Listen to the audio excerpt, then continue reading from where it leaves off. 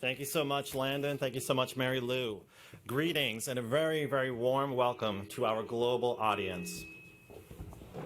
Those of you here today with us at the Standard, and of course, all of those who are joining us virtually through Zoom, we truly are, as our theme says, celebrating the power of our global ID&E community. We'll be spending the next 2 days together during our summit, sharing insights, understanding different perspectives, and learning together. We begin our journey with our first session focusing on leading sustainable global ID&E progress. Joining us today is Dr. Rohini Anand, Senior Diversity, Equity, and Inclusion Advisor and founder of Rohini Anand, LLC, providing diversity, equity, and inclusion advisory services to clients in both the public and private sectors. Dr. Anand previously served as Senior Vice President for Corporate Responsibility and Global Chief Diversity Officer for Sodexo. Widely considered a leading expert on organizational transformation, corporate responsibility, and diversity and inclusion, Dr. Anand is a sought-after thought leader and published author of her book, Leading Global Diversity, Equity, and Inclusion, a guide for systemic change in multinational organizations. Dr. Anand's book will be included as our gift to you for being with us today. Dr. Anand has been featured in several published articles and has appeared on top media outlets. Dr. Anand serves on the boards of several organizations and is also a senior fellow with the Conference Board. Today's session will begin with a keynote presentation by Dr. Anand, followed by an opportunity for you to ask questions that you might have during the session. So with that, please welcome on stage Dr. Rohini Anand.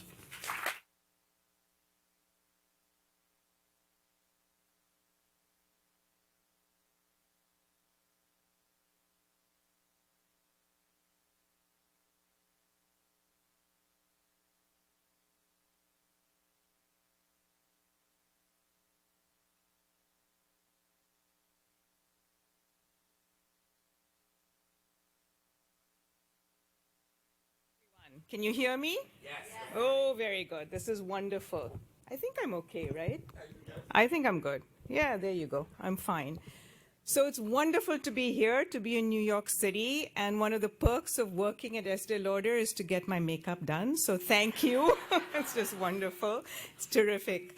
I did hear a little bit outside, and I heard some wonderful words like moving from passive to active, making it a movement, not a moment. So thank you for those, because that's really what this today is going to be about. It's about how each of you can get involved and stay involved and make sure that Estee Lauder Companies becomes even more diverse, even more equitable, and even more inclusive. So with that, thank you very much, Rob, for that introduction, and thank you, Rob and Mary Lou, for inviting me today. It's a pleasure to be here. The title of the talk, as you know, is, and I need to get this right because I am technologically challenged and I have to make sure that, okay, can we forward the slide? I'm not sure that this is working. Am I not doing this right? Anyway, we'll get it. So the title of the talk today is Leading Global... There we go. Okay, wonderful. So the title of this talk today is Leading Global Sustainable ID&E Progress. And, you know, we're all looking for ways to make our work sustainable, not have it be one and done, but really make it stick, make it so that it's a movement. And in order to do that, each one of us has to be involved, obviously. So we don't want this to be disparate initiatives. We want this to really translate into a culture change, and that's what this talk is about. So in the time that we have together, I'm going to share a little bit about my story, what brings me to ID&E work. And for each of us, whether we're allies or whether we are business leaders or if we are practitioners, this work is very, very personal, as it is for me. And in doing this work, I have come to experience these 5 principles that form a through line in sustainable culture change, and I'm going to share those with you. The 5 principles are simple, yet they're very disruptive, and they really are imbued with the lessons that I have learned over the years, and also the lessons of my colleagues and from other companies. But really, we don't have to wait for these huge systemic organizational changes in order for things to improve and change and for cultures to change. Each of us has a role to play as ID&E allies, regardless of where we are in the organization's hierarchy. And to do that, it takes curiosity, it takes courage, and it takes commitment. So to give you a little bit of a sense of, to give you a little bit of a sense of who I am, there we are. Let me share with you my story. So I clearly recall that sort of sweltering, hot and humid, for those of you who've been to Mumbai, hot and humid monsoon night when my entire family, my parents, my cousins, my grandparents came to see me off at Mumbai airport. And the farewell was this turmoil of hugs and kisses and tears and, of course, advice, right? Write often, make sure you eat well, don't get an American accent. And from my very wise grandfather, I'm looking forward to seeing you get your PhD. Now, my grandfather was ahead of his time, and to give you a little bit of a context about women in India at the time, they were expected to settle down and to get married. So my grandfather was really one of my first allies, and he understood the context and he was pushing for change. He was ahead of his time. And I was ready for this adventure, but had absolutely no clue of what lay ahead. Growing up in India, almost everyone looked like me. I belonged to the majority religion, Hinduism, and surrounded by others like me, I didn't really think about my identity. I had the privilege of not having to think about my identity. And really, that was before I flew to North America. In my own naive way, I saw myself as the center of my world, as a global citizen. But with my move, my identity shifted from being a person who saw herself as the center of her world to being an immigrant, to being an outsider, to being a minority, and to being a foreigner.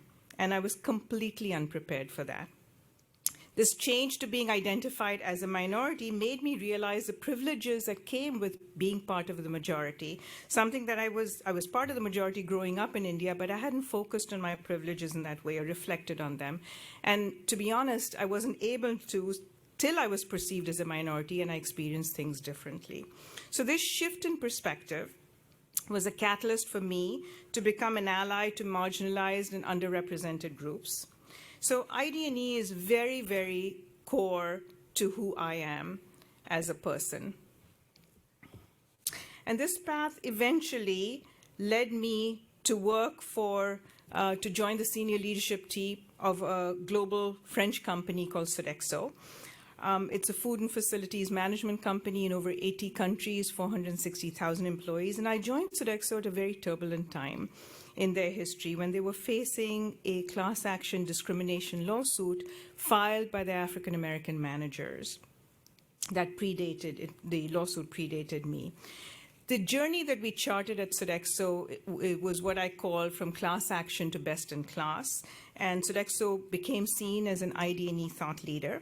And through the 18 years of working at Sodexo, I discovered these 5 key principles that I think really anchor global transformation work, and if attended to, can move an organization from performative actions to sustainable progress. So let's first look, because many of you are, and those that are tuned in and listening from all over the world, do global work. So let's first look at some of the approaches to doing work globally. And there are 3. These are not right or wrong. It depends on the context and depends on what you're trying to accomplish. The first is what I call local, designed in country and tailored to a specific local context. And a good example of that is Ahold Delhaize. This company has, as you know, several different brands, local brands, including Giant and Food Line in the United States and Albert Heijn in Europe. They hire from a 5-mile radius. They cater to a very local customer population and have a very local strategy. The advantage of that is there's local buy-in, but it doesn't benefit from cross-border best practice sharing, and there's really inconsistent implementation. The second approach is what I call universal, which is a centralized top-down homogeneous policy across varying countries and contexts. And in this particular case, let me give you an example from a US food delivery company headquartered in the United States. They had the best of intentions. They wanted to make allies visible to the organization, and they distributed a Pride Rainbow badge across all countries. It was embraced in some, but in Egypt, for example, there was resistance because it was not safe for the employees to be out, so they didn't want to wear a rainbow badge. So this is one of those examples of where, with the best of intentions, with the standard kind of policy to distribute this, they didn't really think about the local nuances that may have, so there wasn't local buy-in.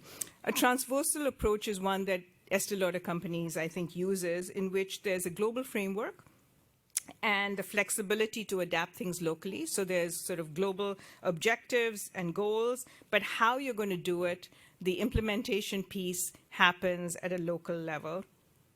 If you even think about gender, right? Gender is something that most companies have global objectives on, but what are the other underrepresented populations that need to be focused on are very local. So in Australia, it may be the indigenous population. In the UK, it may be the BAME population. In Brazil, it may be the Afro-Brazilian population. So that really does vary because dominant and subordinate groups are different depending on the context in the country. In the US, race is the driving force, but in other parts of the world, it may be one of the many identities that divide and may play less of a prominent role. There may be other identities like caste or religion or ethnicity that play a more prominent role. But also how gender is addressed can be very local. Let me just share with you a very, very quick story. I remember very clearly when I went back to India to do global ID&E work. I thought I understood the context. I had grown up there. I spoke the language. And I sat in this room with about 20 entry-level women managers, and I talked to them about leadership development and mentoring and, you know, how to advance their careers. And I was met with these blank stares. Clearly, something was not connecting. So I tried a few words of Hindi, still no reaction, no connection. So I paused and I said, you know, how can the company help you? What can we do in order to advance your careers? What gets in the way?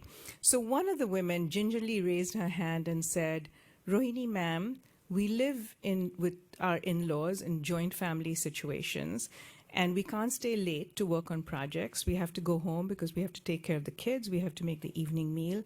And this was a real aha moment for me. I had completely forgotten the multi-generational joint family living arrangements for some women in India. I had, completely forgotten the role of the Indian woman, not only as a wife, as a daughter, as a mother, but also as a daughter-in-law. So that, so I paused and I said, well, what can the company do? I was a bit stumped. I said, what solution are we going to come up with? And they came up with a solution, okay? They came up with a solution and they said, well, it would be great if you could host a recognition day and invite our extended families. And I have to say that was really quite an eye-opener for me. It was fantastic because their in-laws came, the mother-in-laws were really proud. Now, did they change the dynamics at home? Maybe just a little bit. They'd come home to a home-cooked meal. But I think this is an example of in a situation like this where involving the family was a solution, and it may, in the United States, a solution for the advancement of women.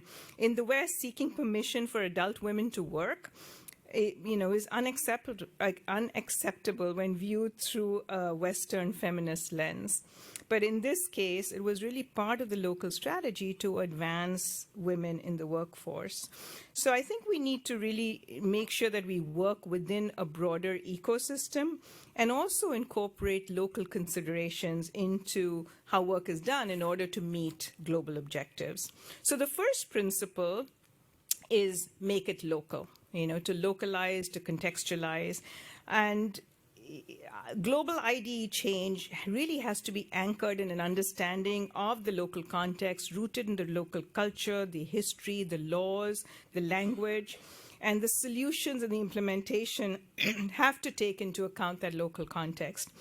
But making our work local does not mean accepting the status quo. We can still push for change. It doesn't mean backing away from sort of difficult challenges, but it works best when you partner with local change agents to bring about that change. Okay, it works best when you don't go in and, as I did, right, impose a solution, but really work with the locals to figure out what the solutions are, because they're the best in terms of identifying entry points, really seeing what is relevant in their particular context. But understanding the context is a first step in really advancing underrepresented populations. as I said, it doesn't mean you have to accept the status quo. An outside influence can actually be a catalyst for change, because in some situations, individuals who are within the cultures, like the fish in water, right? You don't see certain things, or they may not be able to raise it because of power dynamics or because things are politically charged. So let me share this example with you from Saudi Arabia. This particular leader was an expat leader who went to Saudi at a time when things were opening up and women were being hired more widely in Saudi Arabia. Saudi Arabia is ranked 146 out of 153 countries in the World Economic Forum's Global Gender Gap Report. They were considered legal minors at the time and subject to far-reaching male guardianship, which included permission to travel, to work, etc. Very high literacy rate, actually over 92%, and very, very ambitious women. So what this leader did was to work within the context of the Sharia law. So he had a separate room for the women to work. They had to be communicated through an intercom. They had to have a male chaperone. But he and the women soon realized that in order to get the work done, they needed to meet with men, in meetings. So the conservative men there pushed back and they said, no, they have to be accompanied by Muslim men to every single meeting. So he said, fine, that's okay. If you have the time to do that, you can do that, that's fine. If not, you come up with a solution. So this is, again, someone from the outside pushing for change gently within the context, but working with the locals. So they came up with the answer, with the solution. And they said, well, they can meet with men if the office door is open and if they're sitting at opposite ends of the desk. Simple solution. But he worked with those that were even more resistant. As an outsider, he pushed for change. And then he worked with those who were even resistant to come up with a solution. So that these sort of two examples really show that even when we talk about gender, right, we talk about gender globally, the execution, the implementation really has to take into account the local context. And while the goals are global, you've got to allow for that, local implementation in the different contexts. So make it local is the first principle of the 5. So let's look at the second principle. These are the 5 principles that you have here. The second principle is leaders change to lead change. And we all know that inclusive leadership is absolutely fundamental to sustaining ID&E.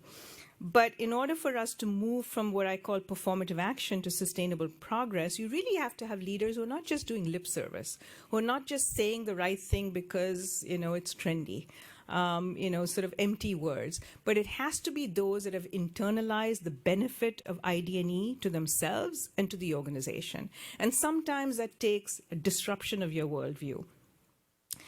And it often happens sort of with the painful work of introspection. And it takes head and heart work. So the head work being the business case, peer pressure sometimes, data, all of those are great. But it also takes listening to others' lived experiences. I heard you all talk about lived experiences when you were doing the opening, right? It takes listening to people's lived experiences, and it takes the experience sometimes of being a minority. Let me just share with you a very quick story. So one of the CEOs of Sodexo, French, white, straight man, he was my boss. And I recall very clearly that when he came into his position, I talked about expanding the global strategy beyond gender, and I talked about race and ethnicity. And he said, well, why are you diluting the focus on gender? Because that's our priority globally. And, because race doesn't translate globally the way it does in the United States. And he was right. It doesn't. As I mentioned, you have different dominant and subordinate groups, and race is perceived differently, translates differently depending on where you are, what part of the world. But I realized that he had to expand his exposure, his awareness to race, particularly in the United States. So I invited him to an African-American ERG meeting in Dallas, Texas. He was one of 2 French men in the room. He was one of maybe a dozen white men in the room. That experience of being a minority was very disruptive for him.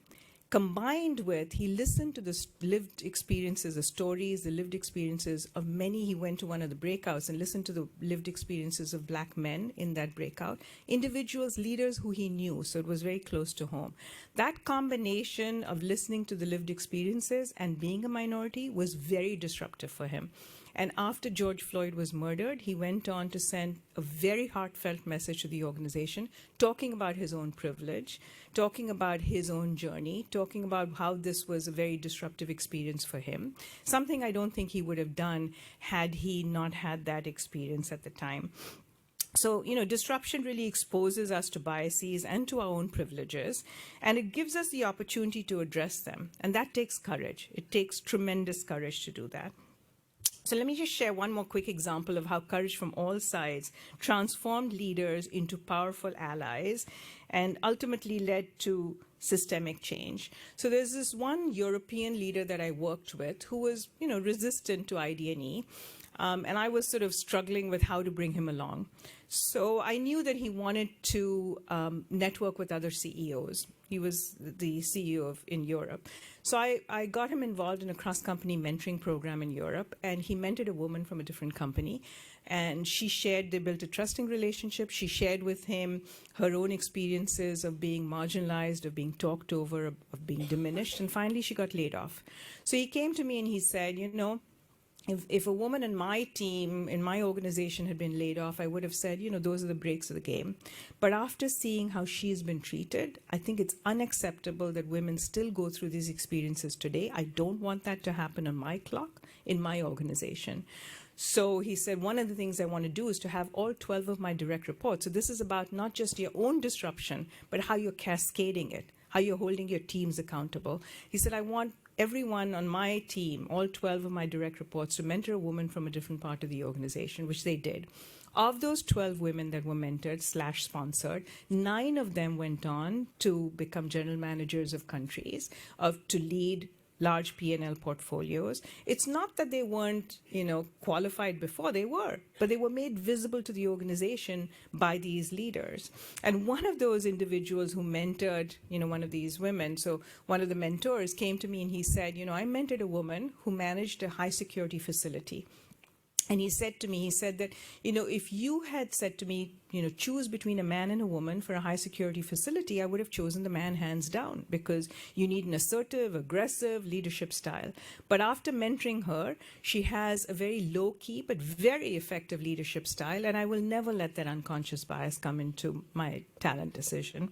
So that's sort of an action of, how disruptive experiences can really change. But it takes curiosity. It takes courage, and that's not enough. It takes commitment, and you really have to cascade it to your teams as well. So let me share with you what commitment looks like. So Michel Londel was the CEO who hired me to Sodexo, and he was a courageous leader who stepped up as a transformative ally, white, French, straight man, opening a pathway to systemic change within the organization. We were at a crossroads. We could have just, the company could have basically just complied with the court order, but instead he chose to transform the culture and make Sodexo a leader in ID&E. So what did he do? He prioritized ID&E like he would any other business priority. He made it a strategic imperative, and every single business review had a component on ID&E. Why? Because he saw it as a competitive advantage, as a differentiator, and an enabler of business growth. And what started to happen was, as the ID&E initiative started getting cascaded, the clients that Sodexo had, like Estée Lauder companies, started seeing something different. And they started asking Sodexo for its expertise in this space. So that gave the managers, who were mid-level managers, and you often talk about this frozen middle, right? Mid-level managers who were sometimes sitting on the sidelines, access to clients. They, they saw that this was an opportunity for new business. It cemented the relationship with the client, and seeing that business benefit, they started getting involved. So it became a pull rather than a push. So this middle-level management group basically started saying, can you come and speak to my client? And through the process, they're learning and they're engaged as well. So the second thing that he did was to position ID&E for success. He had me report to him, and that sent a very powerful message to the organization of the importance of ID&E. Third, he sponsored and he mentored, and many of those that he sponsored and mentored went on to become, leaders of significant P&L portfolios. Fourth, he measured and he held accountable. So one significant thing here was that he decoupled the ID&E bonus incentive from the financial performance of the company. And why did he do that? Because he didn't want to stop-start. He said, we're in this for the long haul. I don't want it to be dependent on how the company does financially. So he decoupled the two. And then lastly, he took bold stands. I remember very clearly that one particular client, an evangelical university, basically objected to the company having a page on the LGBTQ pride group on the website. And without a minute's hesitation, he said, we can do without clients whose values don't align with ours. So that's what commitment looks like. It's about cascading, it's about prioritizing, it's about measuring, it's about holding accountable.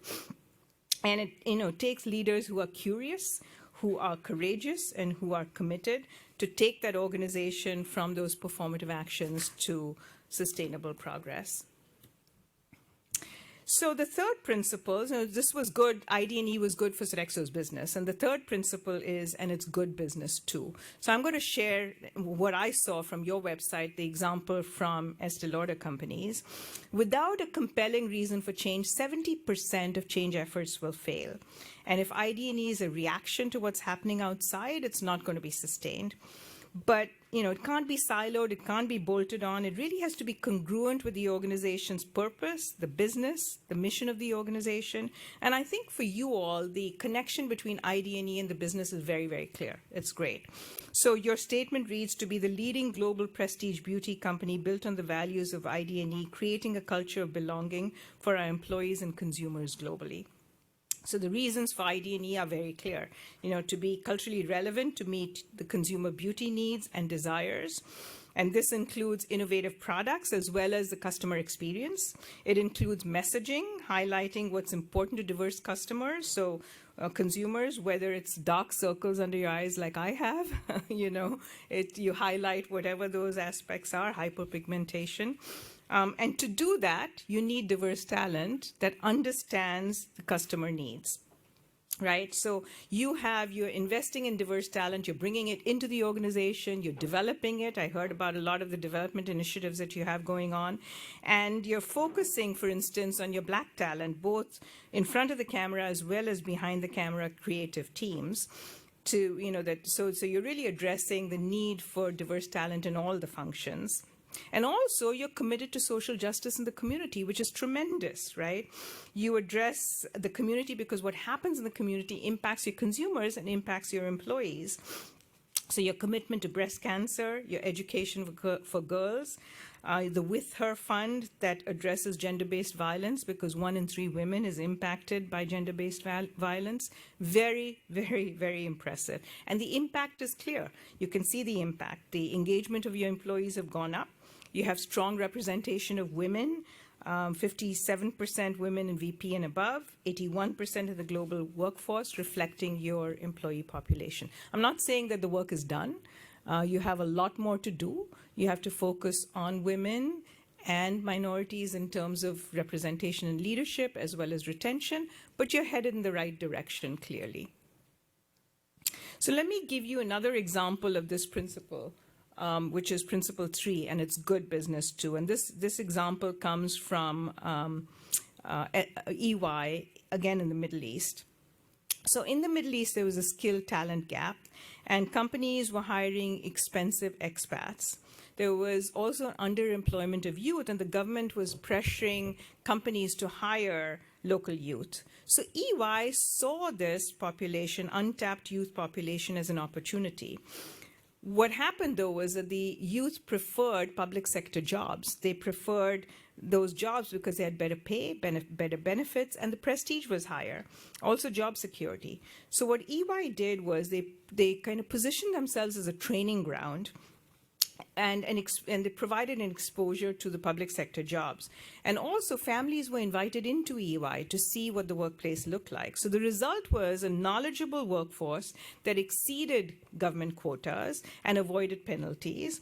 And they were also able to build client relationships as a result of, that resulted in this increased stickiness, because the workforce understood the local clients, understood the public sector, and ultimately they enhanced business outcomes. So really, the conclusion basically is that this particular principle, what's good, and it's good for business too, means that you have to develop a change narrative of how ID&E can benefit the business, the mission of the organization, and also address social justice.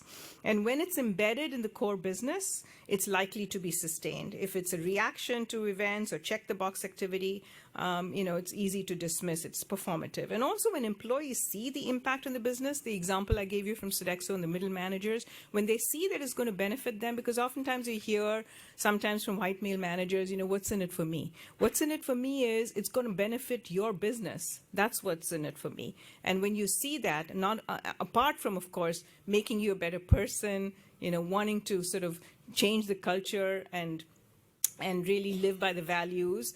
So I think when they see the benefit to the business, I think they get involved. So this is that third principle. The fourth principle is go deep, wide, and inside out. Organizations are comprised of interconnected systems that work in concert with each other.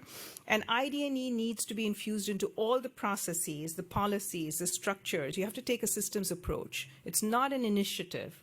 It's not one activity. It's all interconnected. And you have to impact the internal and the external ecosystems. So this example is from Natura & Company, which I'm sure you all know. It's a Brazilian cosmetics company in 73 countries.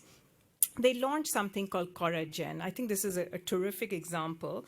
And the goal was to hire a diverse group of interns to drive innovation for the business. So what do? They embedded ID&E in the end-to-end talent life cycle, okay, and in the business. They got rid of the conventional requirements for hiring interns, which was elite university education, fluency in English, international experience. Because if they didn't, they would get very few Afro-Brazilians, very few Preto and Pardo, or black and mixed race individuals, because educational disparities fall along color lines. So instead, what they did was evaluate these criteria of life experience and entrepreneurial spirit, mindset. So they got a very to get a very racially diverse candidate pool. They went to the favelas, in Rio, the low-income settlements. And as a result, they ended up getting 22,000 Afro-Brazilian interns for 20 slots, 22,000. And they gave them 2 tests, okay? One test was to see if they fit the company values of equality and teamwork. They wanted people to care as much about how work was done as about the outcomes of the results. The second test was for innovation, creativity, and problem solving. So those were just the 2 tests they gave them. And of the 20 interns that they hired, 85% were Afro-Brazilian. They had access to Natura's top leadership, and they came up with 4 business ideas. 3 of those 4 business ideas are part of Natura's business strategy. So they took the systems approach, right? They considered the talent life cycle, and they developed a very local strategy, which really worked for Brazil. They advertised in the favelas, they got rid of the English and the elite education requirements. And not only did they diversify the staff and come up with innovative solutions that broadened their market, but they built credibility in the community and ultimately ended up enhancing the business. So a good example of what a systems approach, how you can do that in terms of embedding it within every touch point. So one more quick example is from Charter Communications of this principle, go deep, wide, and inside out. Charter's disability initiative was really a result of their business strategy, okay?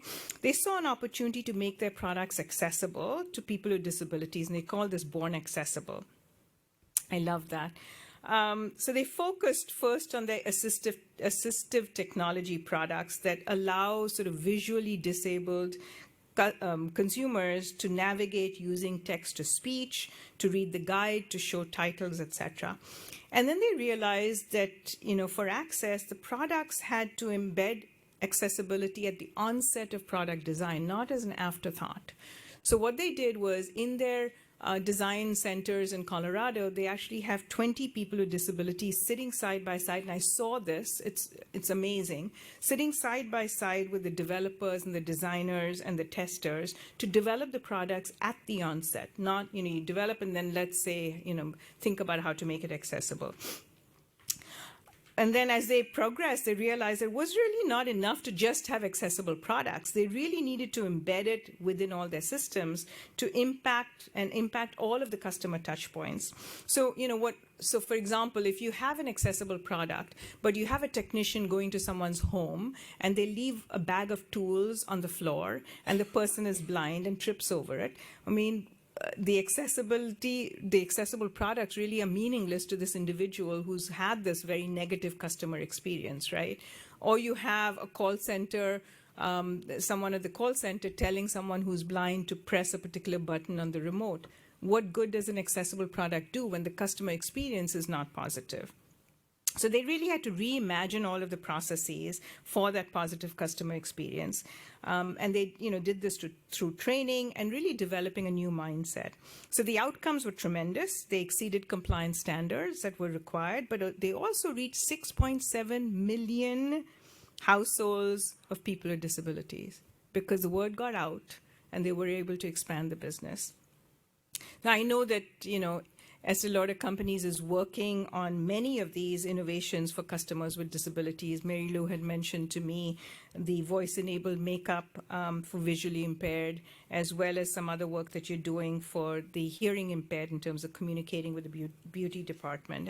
And I understand, Rob, that tomorrow you're going to be looking at a lot more around people with disabilities.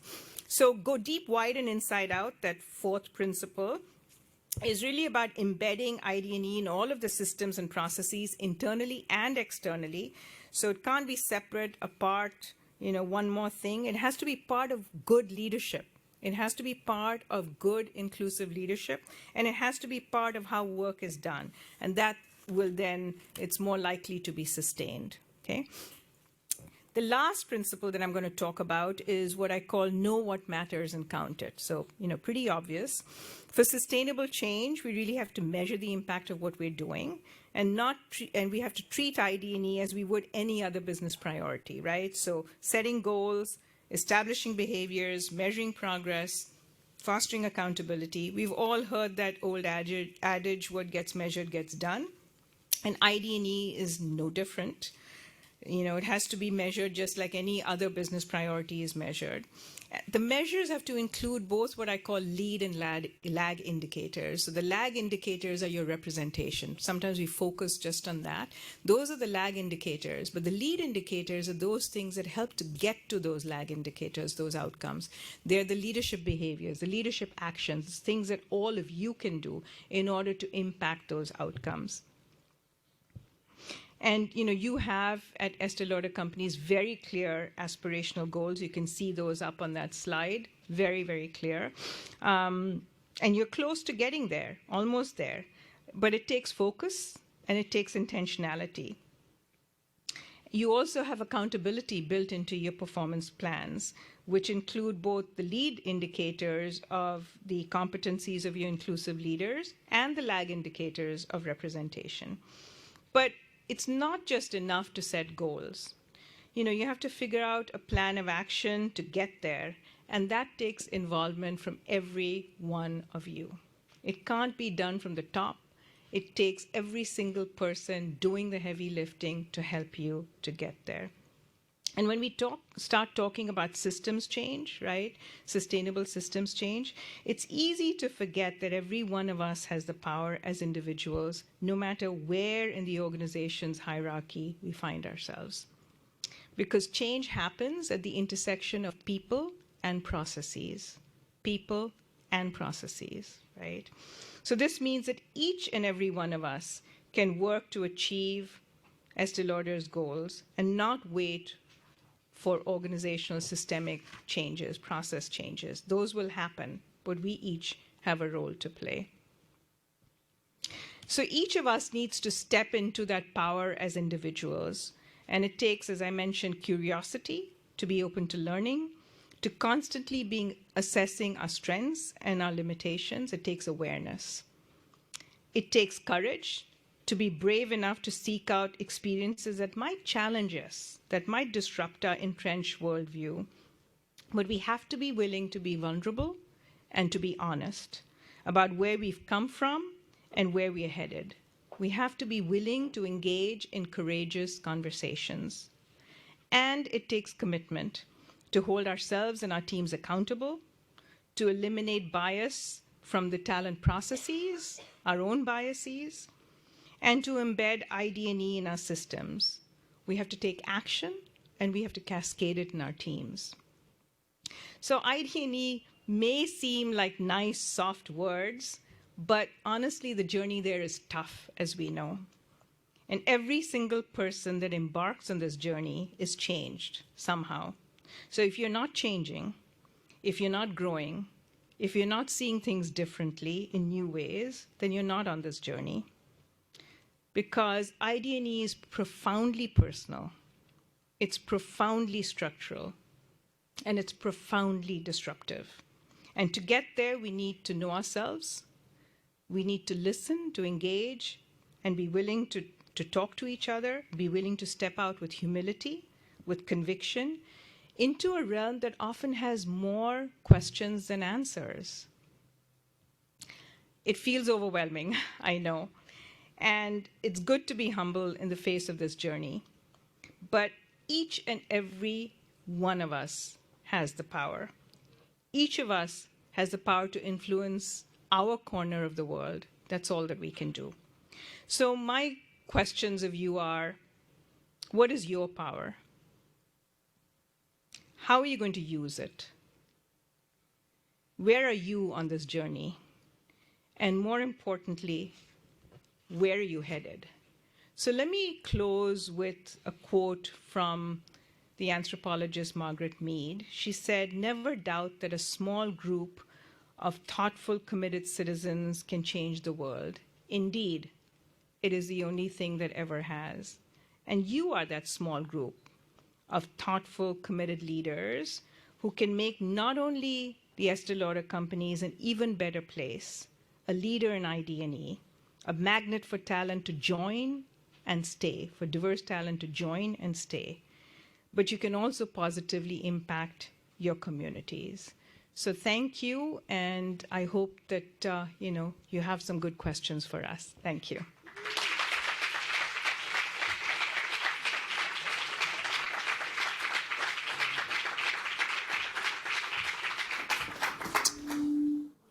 All right, so thank you so much, Rohini.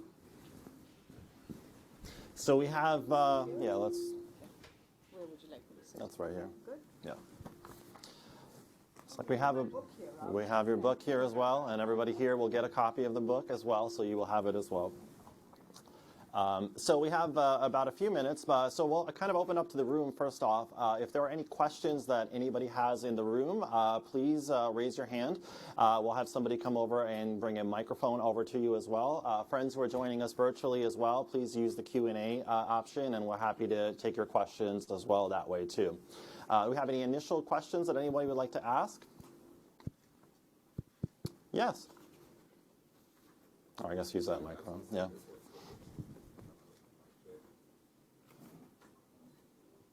Turn it on, I think. You have a loud voice. We can hear you. I was going to say, can the people hear me? We can hear you, Landon. I don't think I need a mic. I'm okay. Good. So, quick question. You talked a lot about cascading down this idea of ID&E, but how is it, can you talk a little bit more about, like, for entry-level employees like myself, how is it that we can sort of manage up ID&E to a lot of our leaders who have to manage us? Yeah, I think that's a great question. And I think that, a lot of this has to do with sort of, first of all, understanding your leader, understanding where that person is coming from, because everyone has this ecosystem of beliefs, and you have to understand that ecosystem of beliefs. And then I think with that understanding, allowing for individuals space to grow and learn. I think sometimes we're very quick to kind of shut off an individual and say that they're homophobic or racist or whatever. But I think allowing for that and engaging them. And I have found that it's very effective sometimes to share lived experiences, because that hits close to home. It makes it real. If your leader knows you, it makes it real for them. But I will say that it's not easy for individuals to sort of continually share their lived experiences, because it's coming out again and again and again, and it's exhausting.